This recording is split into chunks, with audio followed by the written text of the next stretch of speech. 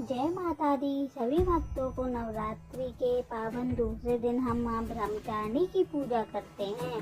माँ ब्रह्मचारिणी तप, त्याग और भक्ति का स्वरूप है। आइए सुनते हैं उनकी पवित्र कथा। पौराणिक कथा के अनुसार माँ पार्वती ने बचपन से ही भगवान शिव को अपना पति मान लिया था, लेकिन भगवान शिव को पाना इतना आसान नहीं था।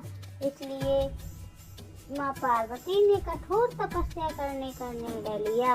उन्होंने अपने महल का सुख छोड़ दिया और घने जंगलों में जाकर तप करने लगी। शुरुआत में माँ केवल फल फूल खाकर जीवित रही। कई वर्षों तक उन्होंने केवल पत्तों पर जीवन बिताया। धीरे धीरे उन्होंने भोजन और जल का भी त्याग कर दिया। कहा जाता है कि माँ ने हजारों वर्षों तक कठोर तपस्या की। इतनी कठोर तपस्या के कारण उनका शरीर बहुत कमजोर हो गया, लेकिन उनका मन अडिग रहा।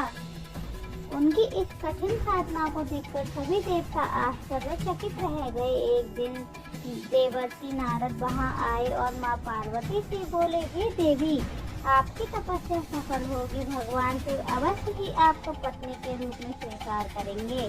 माँ ने अपनी तपस्या जारी रखी।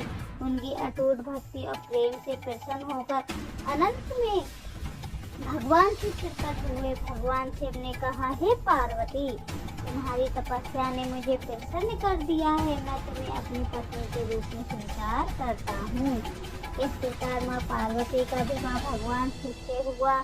माँ के इस तपस्वी रूप को ही ब्रह्मचारिणी का रूप कहा जाता है, जिसका अर्थ है तप और संयम का पालन करने वाली देवी।